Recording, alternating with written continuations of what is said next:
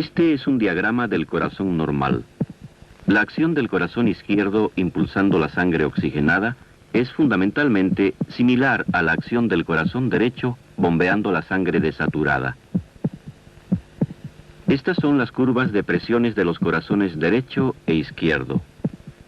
Debajo de las mismas se encuentra la representación gráfica de los ruidos cardíacos originados tanto en el corazón derecho como en el izquierdo. Considérese primeramente la acción de la porción izquierda del corazón únicamente. Una vez que la mayor parte del llenado ventricular se ha completado en la protosístole, las valvas de la válvula mitral comienzan a aproximarse entre sí.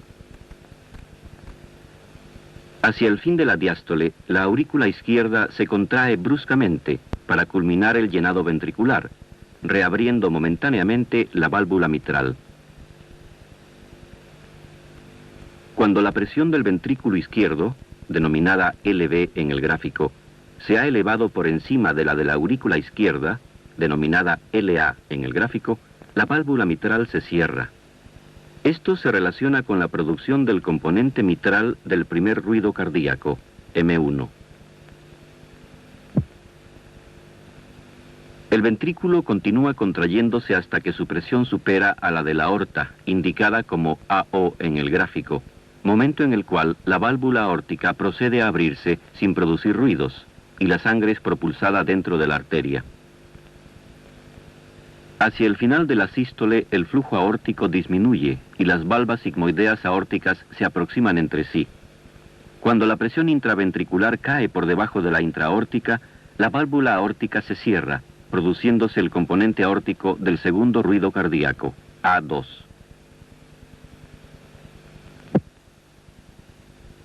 Durante la diástole, el ventrículo se relaja y su presión interior desciende. Cuando ésta ha descendido por debajo de la aurícula izquierda, la válvula mitral se abre sin ruidos auscultables, permitiendo así el llenado del ventrículo. El rápido llenado del ventrículo en la protodiástole pone súbitamente en tensión el músculo ventricular y las cuerdas tendinosas. Este hecho está asociado con la producción del tercer ruido cardíaco, el cual es audible en los individuos jóvenes. A continuación se repetirá el ciclo del corazón izquierdo. Primeramente, obsérveselo a baja velocidad.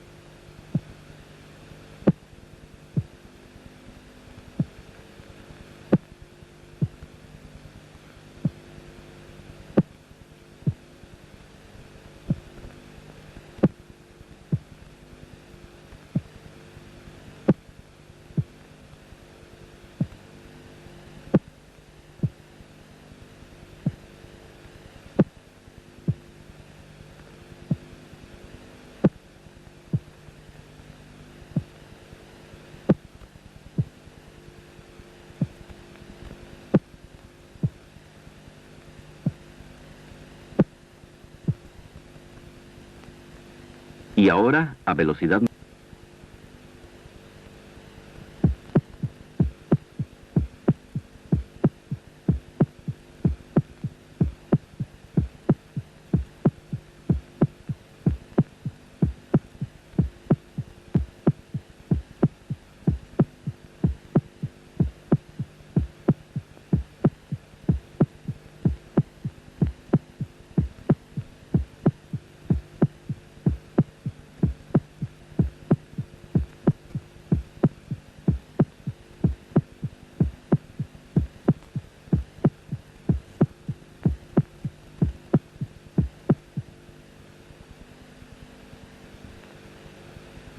Obsérvese ahora la acción del corazón derecho solamente. Las presiones del ventrículo derecho están indicadas como RV. las de la aurícula derecha como RA y las de la arteria pulmonar como PA. El cierre de la válvula tricúspide está asociado con la producción del componente tricuspídeo del primer ruido cardíaco, T1. El cierre de la válvula pulmonar está asociado con la producción del componente pulmonar del segundo ruido, P2. Repítese a continuación el ciclo del corazón derecho a baja velocidad.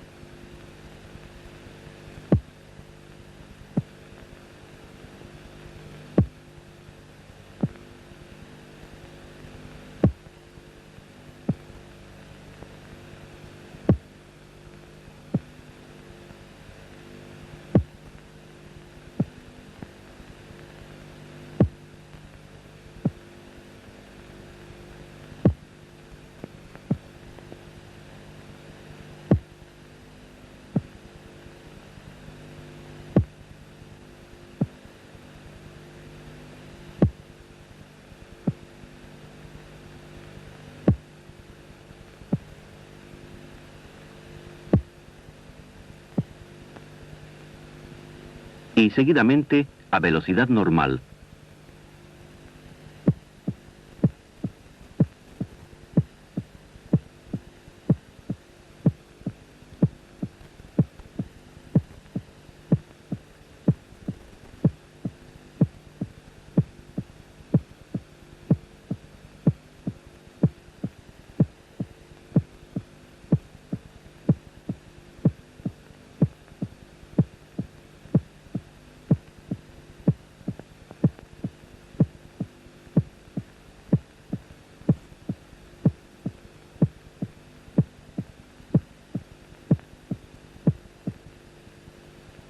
Obsérvese ahora la acción de ambas partes del corazón simultáneamente, haciendo caso omiso de la influencia de la respiración.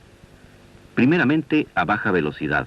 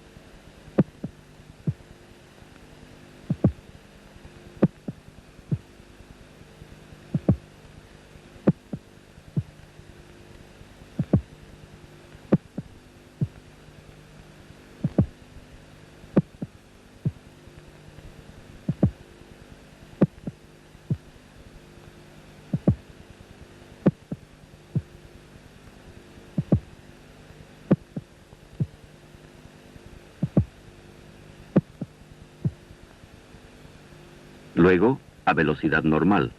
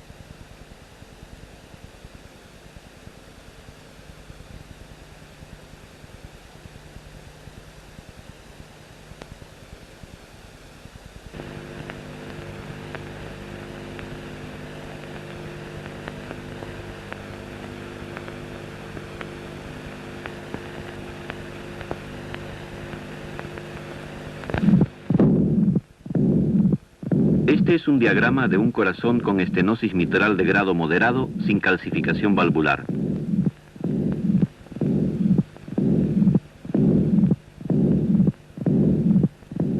Aquí se presentan las curvas de presión correspondientes a ambas partes del corazón. Debajo de las curvas se encuentra la representación diagramática de los ruidos y soplos cardíacos de la estenosis mitral pura. Primeramente, se considerarán los fenómenos correspondientes al corazón izquierdo. El estrecho orificio de la válvula mitral estenótica obstruye el flujo de sangre existente entre la aurícula izquierda y el ventrículo. La presión en la aurícula izquierda está por encima de los valores normales a través de todo el ciclo cardíaco. Hacia el fin de la diástole, la aurícula izquierda se contrae momentáneamente, elevando la presión intraauricular y aumentando el flujo a través de la válvula mitral estenótica, lo que genera un soplo presistólico, PSM.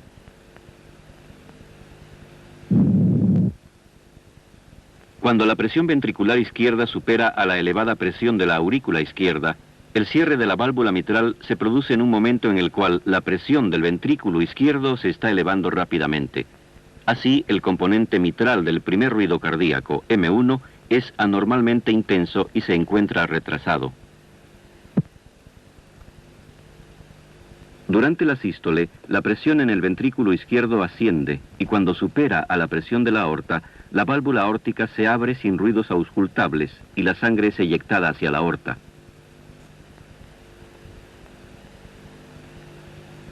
Cuando la presión del ventrículo izquierdo cae por debajo de la presión de la aorta, la válvula aórtica se cierra y el componente aórtico del segundo ruido, A2, se produce en forma normal. Durante la diástole, cuando la presión ventricular izquierda cae por debajo de la elevada presión auricular izquierda, la válvula mitral se abre en forma abrupta. Este fenómeno genera el chasquido de apertura, OS.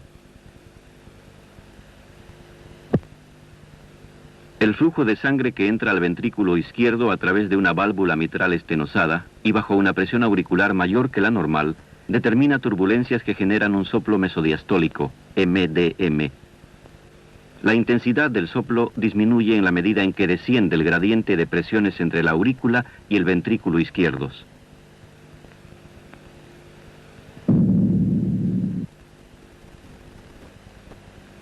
A continuación se repetirá el ciclo del corazón izquierdo en cámara lenta.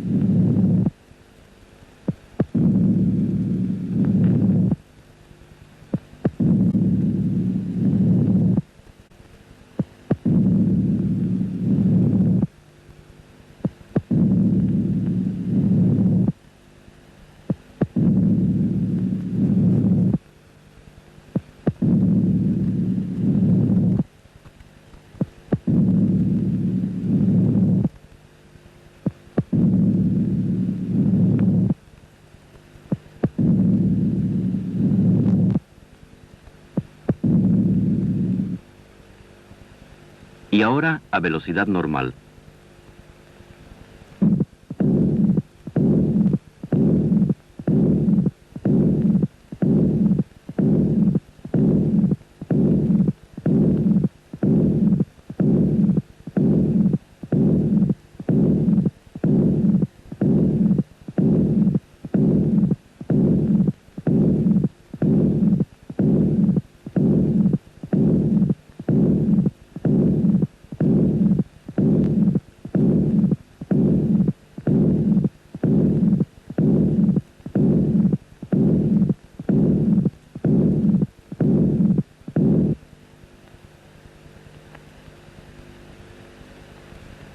A continuación se presentan el corazón izquierdo y el derecho simultáneamente.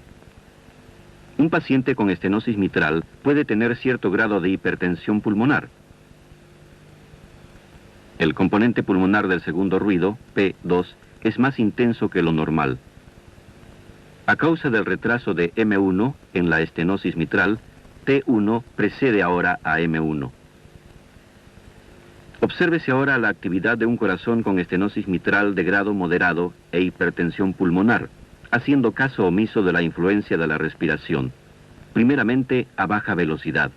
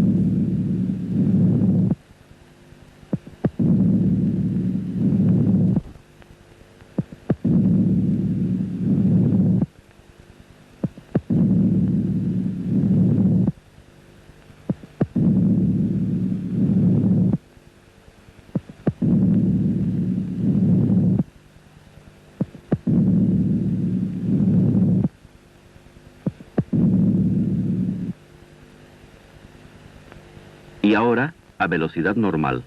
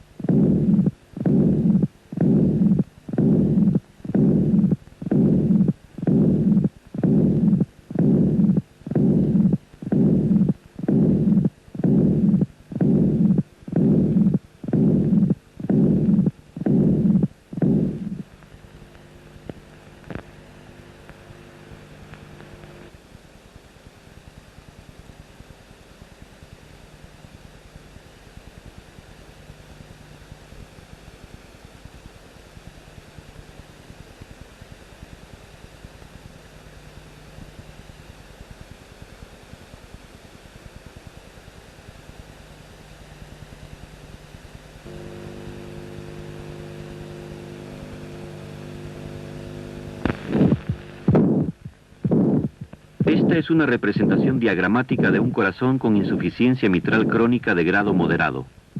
La aurícula y ventrículo izquierdos se encuentran agrandados.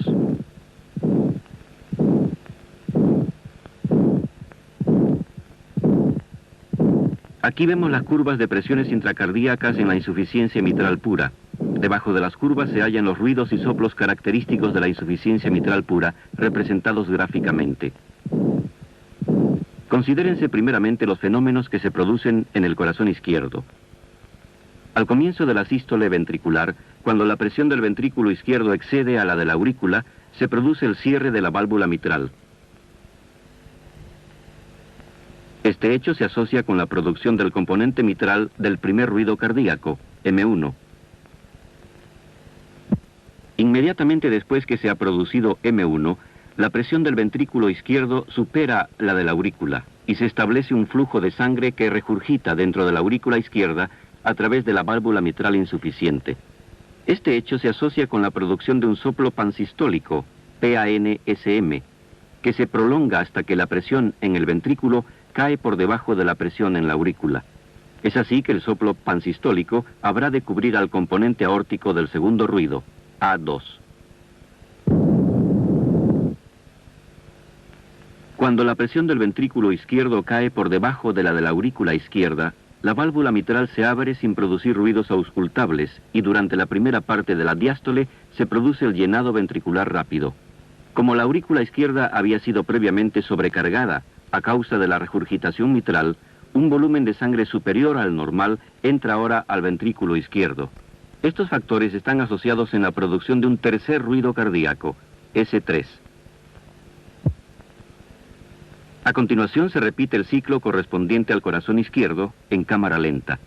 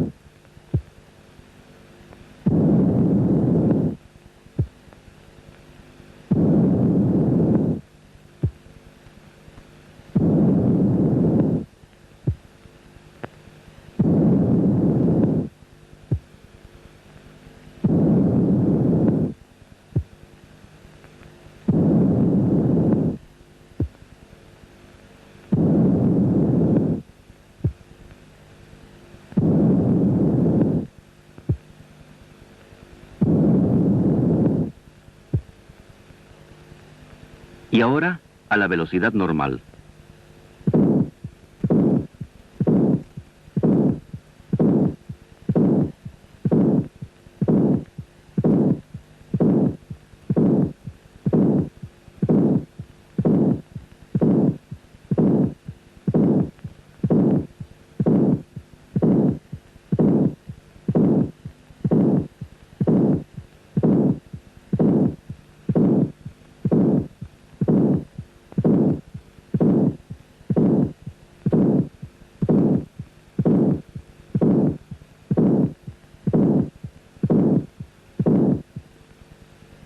Veremos ahora ambas partes del corazón simultáneamente, sin considerar la influencia de la respiración sobre sus ciclos.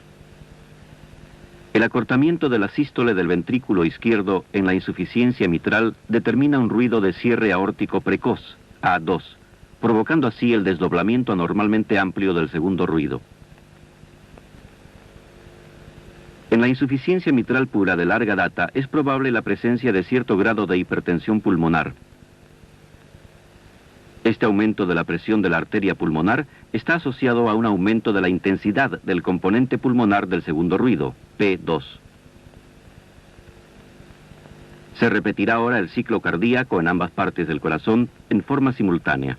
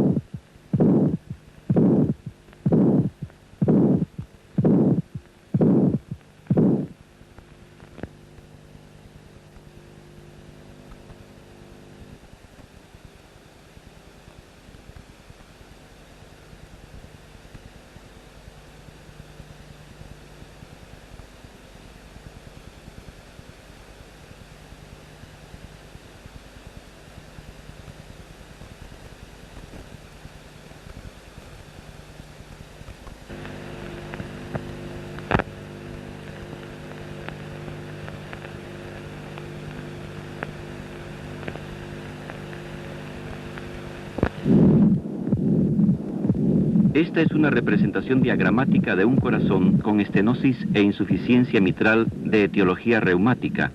La válvula no se encuentra calcificada.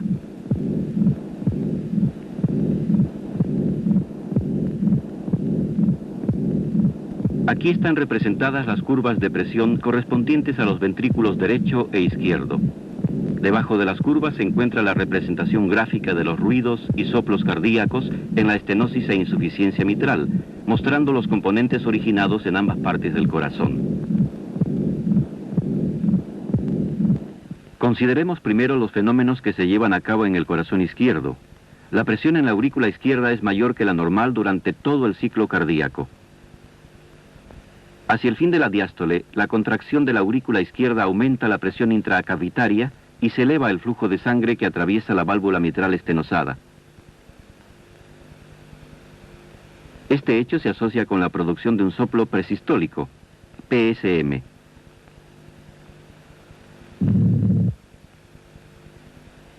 Cuando la presión del ventrículo izquierdo se eleva en forma tal que excede a la de la aurícula izquierda, se produce el cierre de la válvula mitral. En ese preciso momento, la presión intraventricular asciende rápidamente y el componente mitral del primer ruido, M1, resulta entonces acentuado.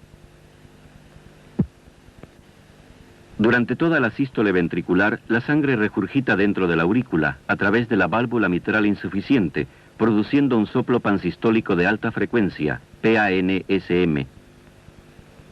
Es así que la aurícula izquierda se llena simultáneamente a partir de las venas pulmonares y del ventrículo izquierdo, y consecuentemente recibe un volumen de sangre aumentado. Cuando la presión en el ventrículo izquierdo cae por debajo de la presión de la aorta, la válvula aórtica se cierra, produciéndose el componente aórtico del segundo ruido, A2. Sin embargo, como aún existe un gradiente de presiones entre el ventrículo y la aurícula izquierda, la sangre continúa regurgitando a través de la válvula mitral insuficiente.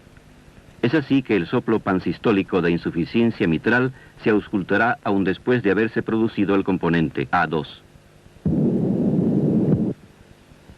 Cuando la presión en el ventrículo izquierdo desciende por debajo de la aurícula, la válvula mitral anormal se cierra para inmediatamente detener su movimiento en forma abrupta. Este fenómeno se asocia a la producción del chasquido de apertura, OS. El flujo de sangre dentro del ventrículo izquierdo a través del orificio valvular estenosado, bajo una presión superior a la normal, produce turbulencias que generan un soplo mesodiastólico, MDM. La intensidad de este soplo disminuye en la medida en que disminuye el gradiente de presiones entre la aurícula y el ventrículo izquierdos.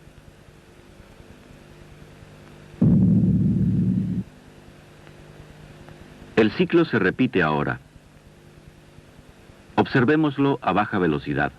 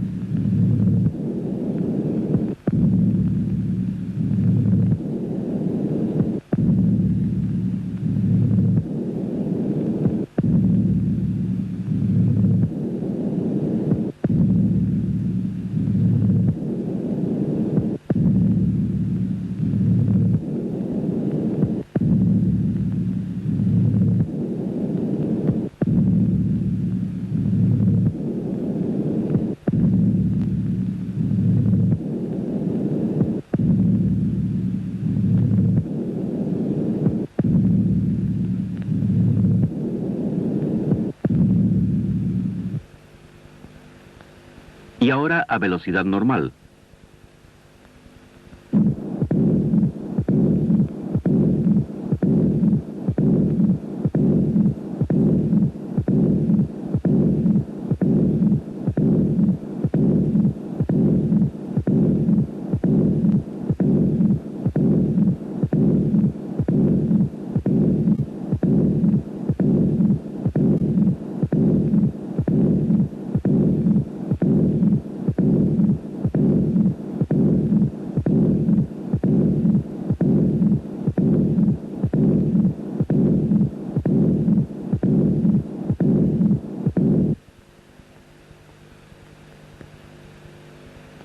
He aquí ambas partes del corazón.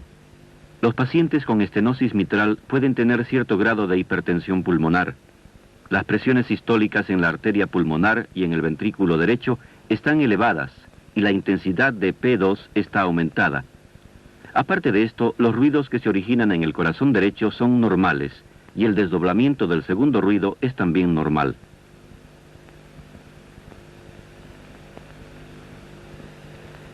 Observemos ahora ambas partes del corazón simultáneamente, haciendo caso omiso de la influencia de la respiración.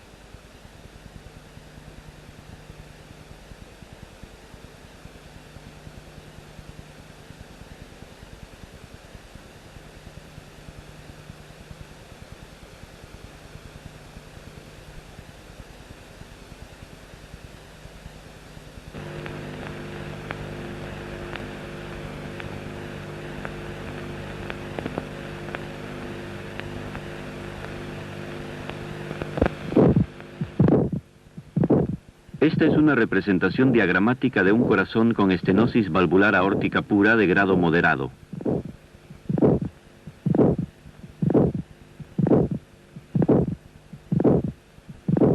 Y estas son las curvas de presión de las cavidades cardíacas derechas e izquierdas. Debajo de las curvas de presión se encuentran representados gráficamente los ruidos y soplos cardíacos correspondientes a la estenosis valvular aórtica pura, mostrando los componentes originados tanto en el corazón derecho como en el izquierdo. Considérense primeramente solo los fenómenos que se producen en la parte izquierda del corazón.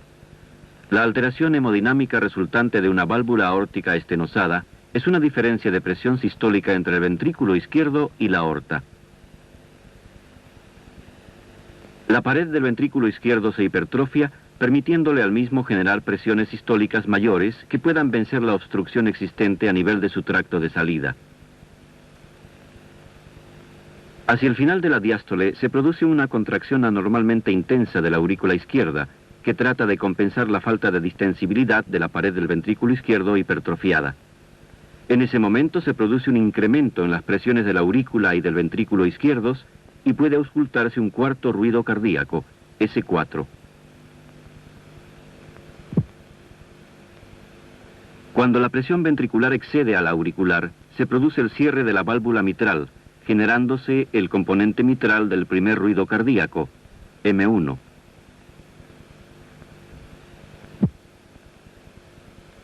Al persistir el aumento brusco de la presión ventricular, la presión intraaórtica es sobrepasada y la válvula aórtica se abre por medio de un movimiento convexo hacia arriba. Este movimiento brusco de la válvula, que aunque anormal es todavía móvil, da origen a un chasquido o clic de eyección, X. Para vencer la obstrucción provocada por la válvula aórtica estenosada, la presión del ventrículo izquierdo se eleva a niveles superiores a los normales. Como la sangre debe atravesar una válvula aórtica estenótica bajo un gradiente de presiones entre el ventrículo izquierdo y la aorta, se crean turbulencias perivalvulares que dan origen a un soplo sistólico. Como dicho gradiente es pequeño al comienzo y al final de la sístole, y es máximo en la mitad de la misma, el flujo de sangre a través de la válvula aórtica es correspondientemente mayor en la mesosístole, y el soplo tiene su máxima intensidad en ese momento. Estas características del crescendo-decrescendo del soplo son típicas del soplo sistólico de eyección, ESM.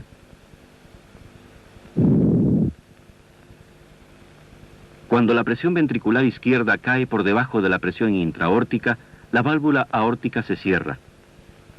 Este hecho se asocia con la producción del componente aórtico del segundo ruido, A2. El ciclo entonces se repite. Obsérveselo a velocidad reducida.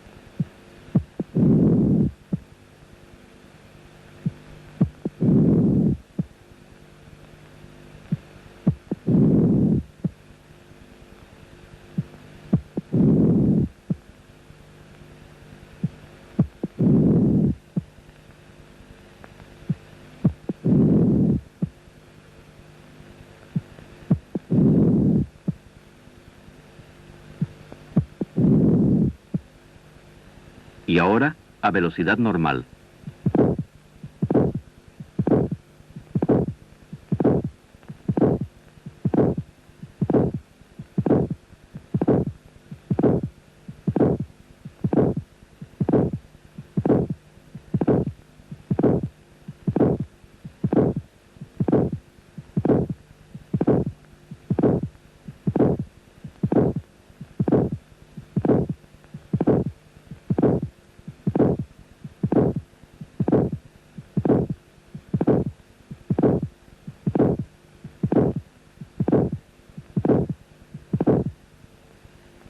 Se presentan aquí ambas partes del corazón simultáneamente.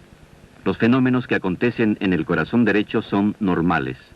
Así, el componente tricuspídeo del primer ruido, T1, y el componente pulmonar del segundo, P2, son normales, y el segundo ruido se desdobla normalmente. Obsérvense ahora ambas partes del corazón en forma simultánea, haciendo caso omiso de los efectos de la respiración.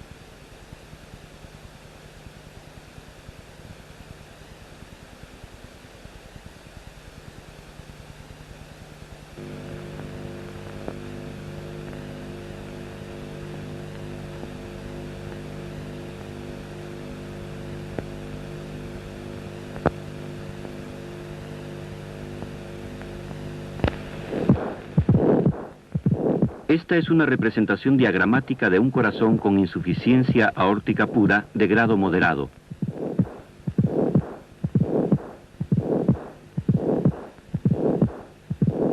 Y las correspondientes curvas de presión de ambos ventrículos. Debajo de las curvas de presión se encuentra la representación gráfica de los ruidos y soplos cardíacos de la insuficiencia aórtica pura, mostrando los componentes que tienen origen en el corazón izquierdo y en el derecho. Considérense primeramente los fenómenos correspondientes al corazón izquierdo. Las alteraciones hemodinámicas de la insuficiencia aórtica son un aumento en la presión sistólica del ventrículo izquierdo y de la aorta, a la vez que una reducción en la presión diastólica aórtica. La cavidad ventricular izquierda está aumentada a causa de la sobrecarga de volumen y la pared del ventrículo está hipertrofiada. Hacia el final de la diástole se produce una poderosa contracción auricular ante la necesidad de compensar la falta de distensibilidad del ventrículo izquierdo. En ese momento hay un aumento en las presiones de la aurícula y ventrículo izquierdos y puede auscultarse un cuarto ruido, S4. Cuando la presión en el ventrículo izquierdo excede a la de la aurícula izquierda al comienzo de la sístole, se produce el cierre de la válvula mitral, generándose el componente mitral del primer ruido cardíaco, M1. Como consecuencia de un aumento aún mayor de la presión del ventrículo izquierdo, la presión aórtica es superada y la válvula aórtica se abre. Aunque no existen diferencias de presión durante la sístole entre el ventrículo izquierdo y la aorta, puede auscultarse un soplo sistólico de eyección, ESM, que se debe al aumento del flujo sistólico a través de la válvula aórtica, que si bien es anormal, no es estenótica. Cuando la presión del ventrículo izquierdo cae por debajo de la aorta, la válvula aórtica se cierra, produciendo el componente aórtico del segundo ruido cardíaco, A2.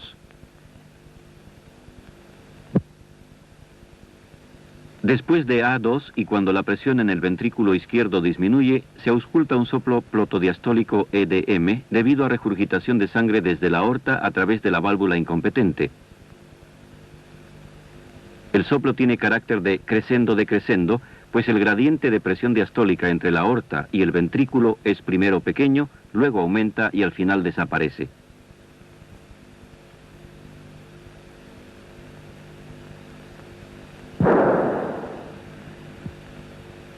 El ciclo se repite después. Obsérvese primero en cámara lenta.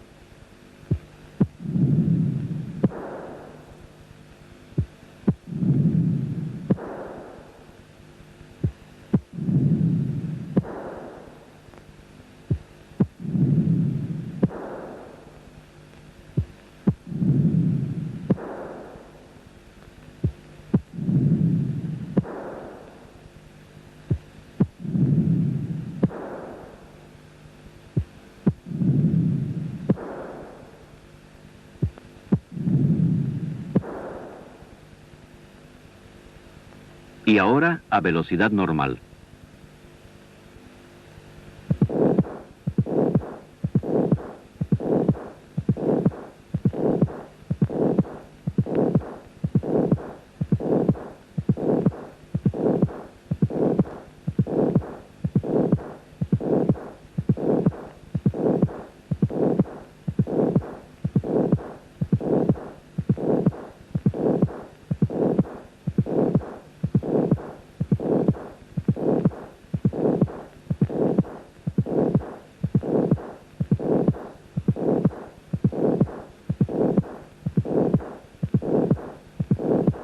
Auscúltese la punta del corazón. Frecuentemente se oye un soplo mesodiastólico. Es el soplo de Austin Flint. Este soplo tiene características similares al de la estenosis mitral, aun cuando la válvula es normal. Se debe al flujo de sangre desde la aurícula hacia el ventrículo, a través de una válvula mitral en proceso de cerrarse.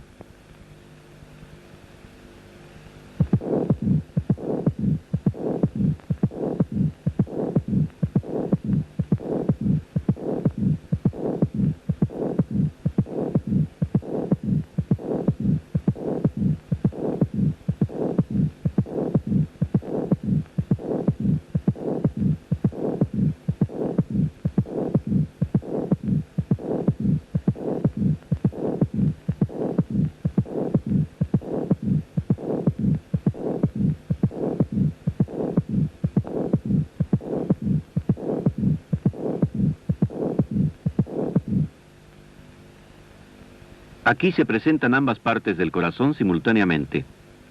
Los fenómenos en el corazón derecho son normales, de modo que el componente tricuspídeo del primer ruido, P1, y el componente pulmonar del segundo, P2, son normales. El segundo ruido se desdobla normalmente. Obsérvense ambas partes del corazón simultáneamente sin tener en cuenta los efectos de la respiración.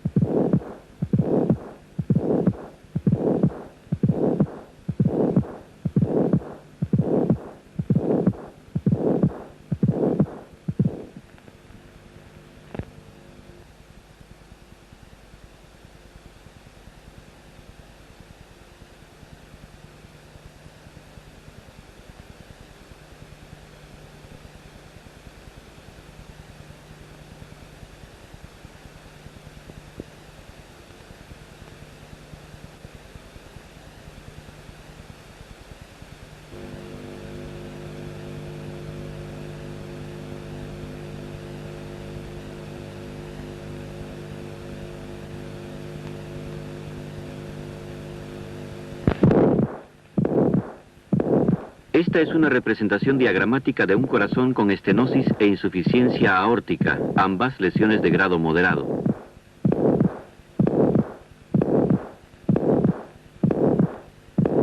Y estas son las curvas de presión correspondientes a los corazones derecho e izquierdo.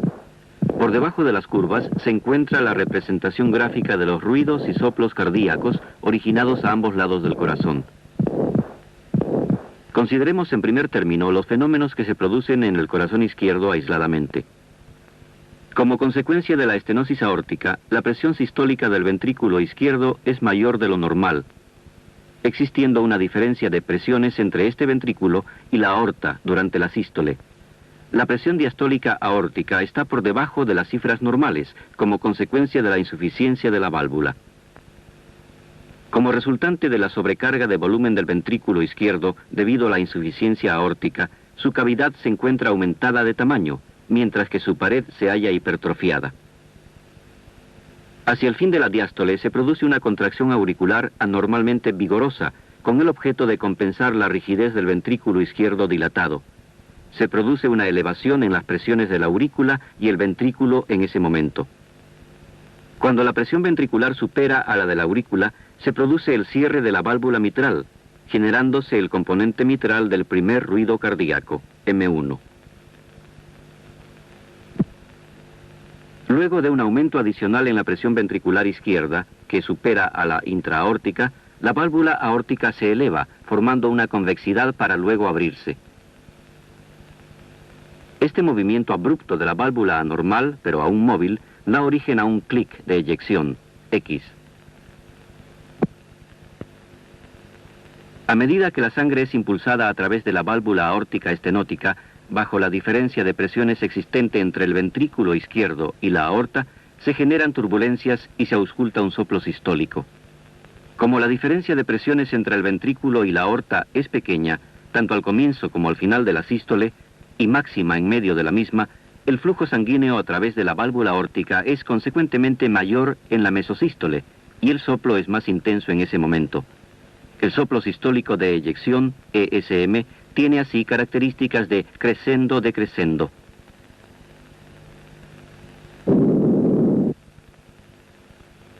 Cuando la presión ventricular izquierda desciende por debajo de la aórtica, la válvula aórtica se cierra, hecho que va asociado con la producción del componente aórtico del segundo ruido cardíaco, A2.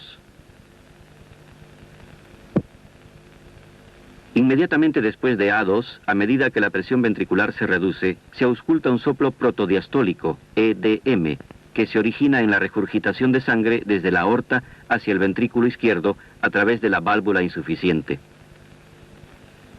Este soplo tiene características de crescendo, ya que el gradiente de presión diastólica entre la aorta y el ventrículo izquierdo es pequeño al comienzo, luego crece y por fin desaparece.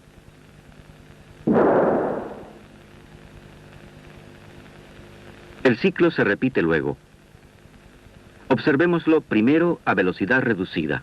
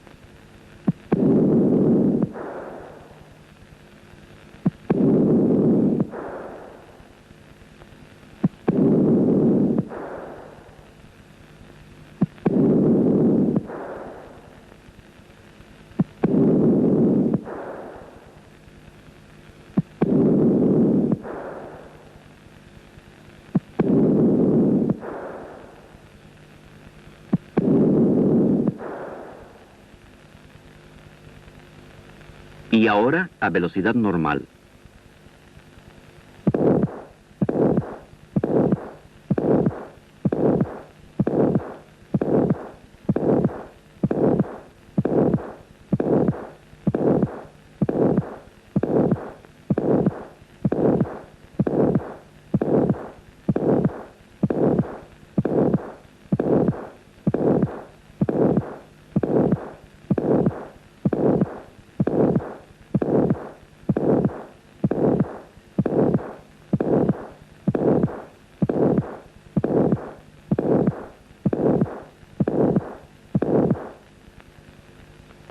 Aquí se presentan ambos lados del corazón simultáneamente. En la estenosis e insuficiencia aórtica puede encontrarse una hipertensión pulmonar de grado leve a causa del aumento de la presión diastólica en el ventrículo izquierdo. Tanto las presiones sistólicas de la arteria pulmonar como del ventrículo derecho se encuentran ligeramente elevadas.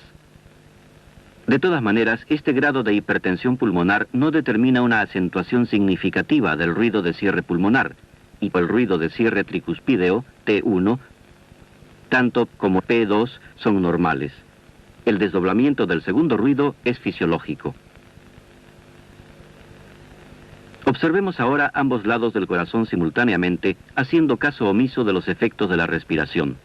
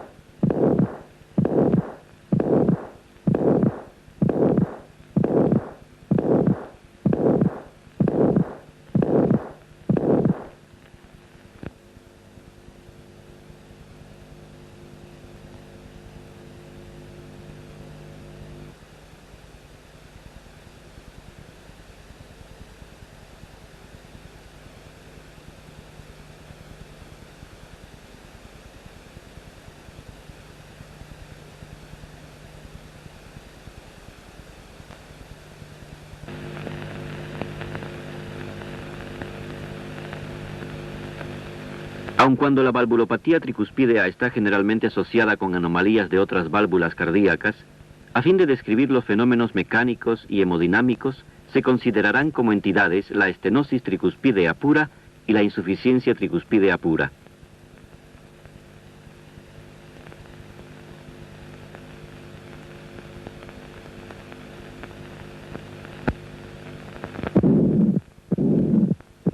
Esta es una representación diagramática del corazón derecho en un caso de estenosis tricuspídea de grado moderado. Y esta es la curva de presiones correspondiente al lado derecho del corazón. Debajo de la misma se encuentra la representación gráfica de los ruidos y soplos cardíacos que se originan en el corazón derecho. Considérense los fenómenos que ocurren durante un ciclo cardíaco aislado. A causa de la obstrucción que la válvula tricúspide estenótica presenta al llenado del ventrículo derecho, la presión en la aurícula derecha es mayor de lo normal y la válvula tricúspide se mantiene abierta hasta el final de la diástole. En ese momento, la aurícula se contrae, elevando momentáneamente su presión, aumentando el flujo a través de la válvula tricúspide estenótica y produciendo así un soplo presistólico, PSM.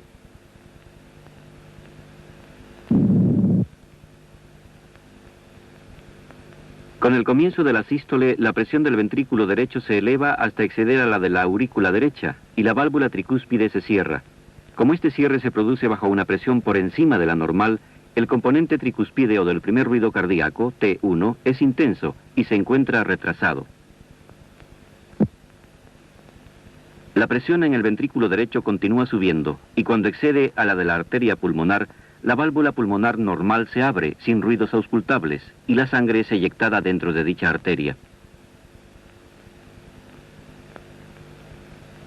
Al final de la sístole ventricular derecha, la presión en el ventrículo desciende por debajo de la arteria pulmonar y la válvula pulmonar se cierra, fenómeno que se encuentra asociado a la producción del componente pulmonar del segundo ruido, P2. La presión en el ventrículo derecho sigue descendiendo y cuando cae por debajo de la elevada presión auricular, la válvula tricúspide estenótica se abre, deteniéndose bruscamente en medio de ese proceso. Esta detención brusca del movimiento valvular se asocia con la producción de un chasquido de apertura, OS. A continuación, el flujo sanguíneo que atraviesa la válvula tricúspide estenótica bajo una presión auricular mayor que la normal produce turbulencias que determinan un soplo mesodiastólico, MDM. A medida que la diferencia de presiones entre la aurícula y el ventrículo derecho se atenúa, la intensidad del soplo disminuye.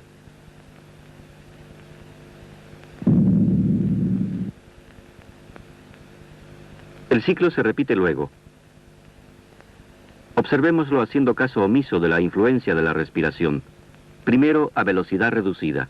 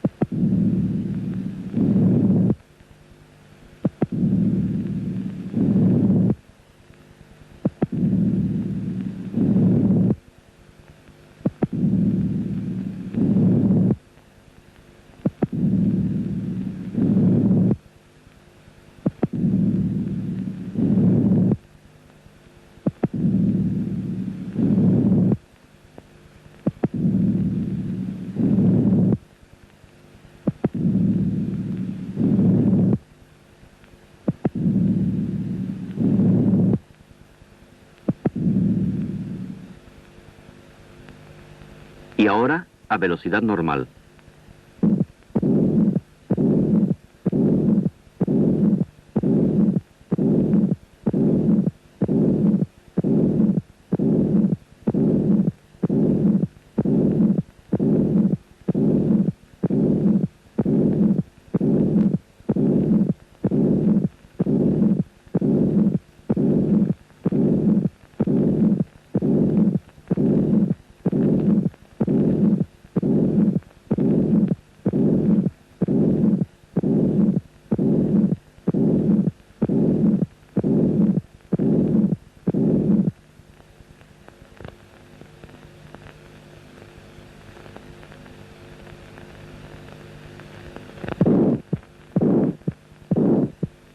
Esta es una representación diagramática de un corazón con insuficiencia tricuspídea de grado moderado.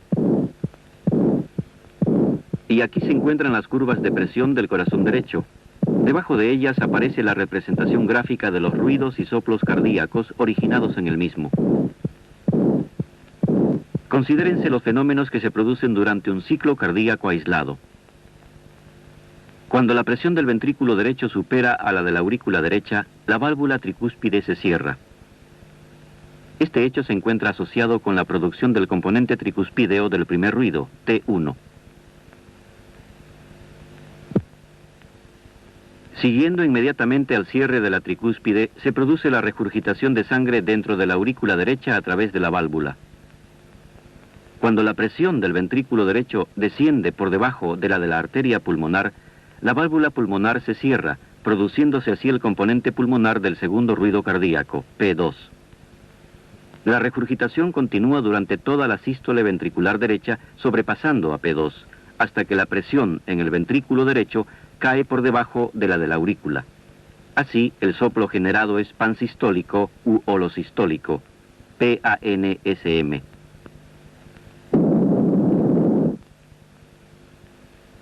Cuando la presión ventricular derecha desciende por debajo de la auricular, la válvula tricúspide se abre ligeramente y la sangre penetra en el ventrículo derecho. Como un excesivo volumen de sangre entra a la aurícula derecha durante la sístole, también entrará en el ventrículo un volumen mayor del normal al comienzo de la diástole. Este fenómeno está asociado con la producción de un tercer ruido cardíaco, S3.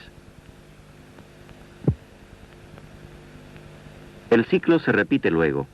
Observémoslo haciendo caso omiso de los efectos de la respiración. Primero, a velocidad reducida.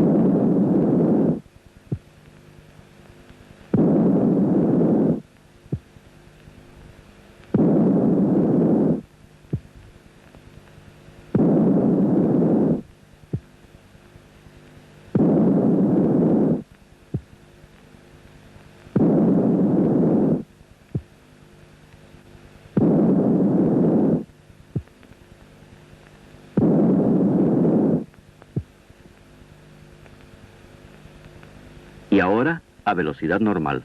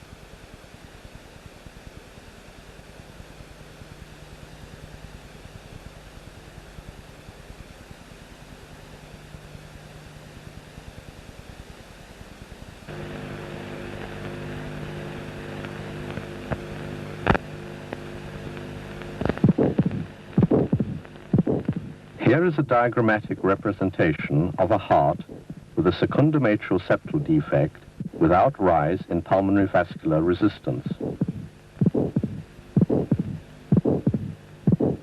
And here are the pressure curves of both sides of the heart. Under the pressure curves, is the sound notation showing components originating from both the left and the right sides of the heart. Let us first observe a single heart cycle in detail. The right atrial pressure, although higher than normal, is a little lower than the left atrial pressure. Thus, blood flows through the atrial septal defect from the left atrium to right atrium throughout the cardiac cycle. When at the beginning of systole, left and right ventricular pressures rise above the left and right atrial pressures, the mitral and tricuspid valves close. These valve closures are associated with the production of the mitral and tricuspid components of the first heart sound, M1 and T1. As left and right ventricular pressures rise to exceed the aortic and pulmonary pressures respectively, the aortic and pulmonary valves open normally and silently. The right ventricular systolic output through the pulmonary valve is considerably larger than normal because of the augmented diastolic volume of the right ventricle. This gives rise to turbulence past the pulmonary valve, and an ejection systolic murmur, ESM, is produced. The peak of the murmur corresponds to the peak flow across the valve. When left and right ventricular pressures fall below the aortic and pulmonary pressures respectively, the aortic and pulmonary valves close. These valve closures are associated with the production of the aortic and pulmonary components of the second sound, A2 and P2. Because right ventricular ejection is prolonged, the pulmonary component of the second sound is delayed, and the second sound is widely split. When at the beginning of diastole, the left and right ventricular pressures fall below the left and right atrial pressures respectively, the mitral and tricuspid valves open, and blood flows into the ventricles. The increased flow through the normal tricuspid valve gives rise to a tricuspid mid-diastolic murmur, MDM, known as a flow murmur. The cycle is then repeated. Let us observe it disregarding the influence of respiration. First, slowed down.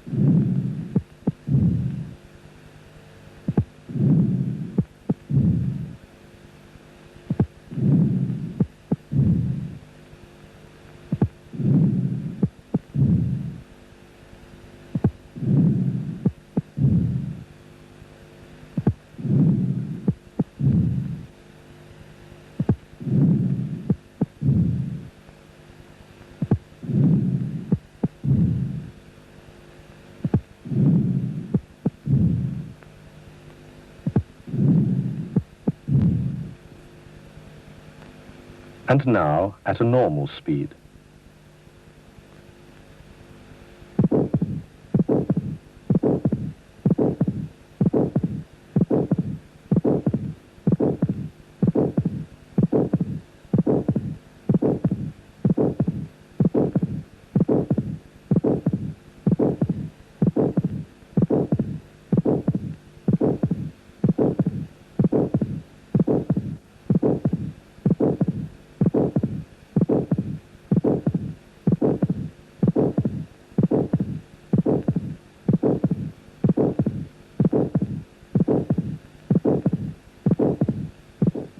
The effect of respiration upon the splitting of the second heart sound is diagnostic of an atrial septal defect.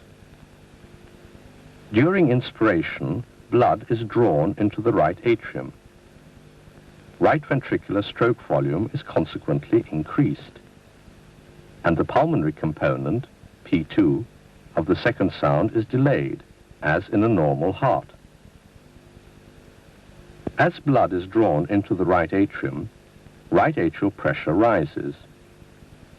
This has the effect of reducing the flow across the atrial septal defect from the left atrium. As less blood leaves the left atrium atrial pressure also rises. The increase in blood volume from left atrium to left ventricle results in an increase in left ventricular stroke volume. And unlike the normal heart, the aortic component, A2, of the second sound is delayed.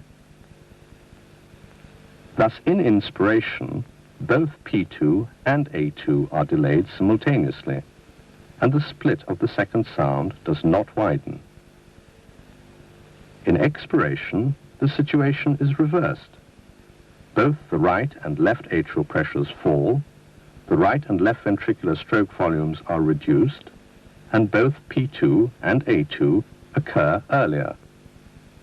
Thus, in atrial septal defect, the splitting of the second sound is abnormally wide and fixed during respiration.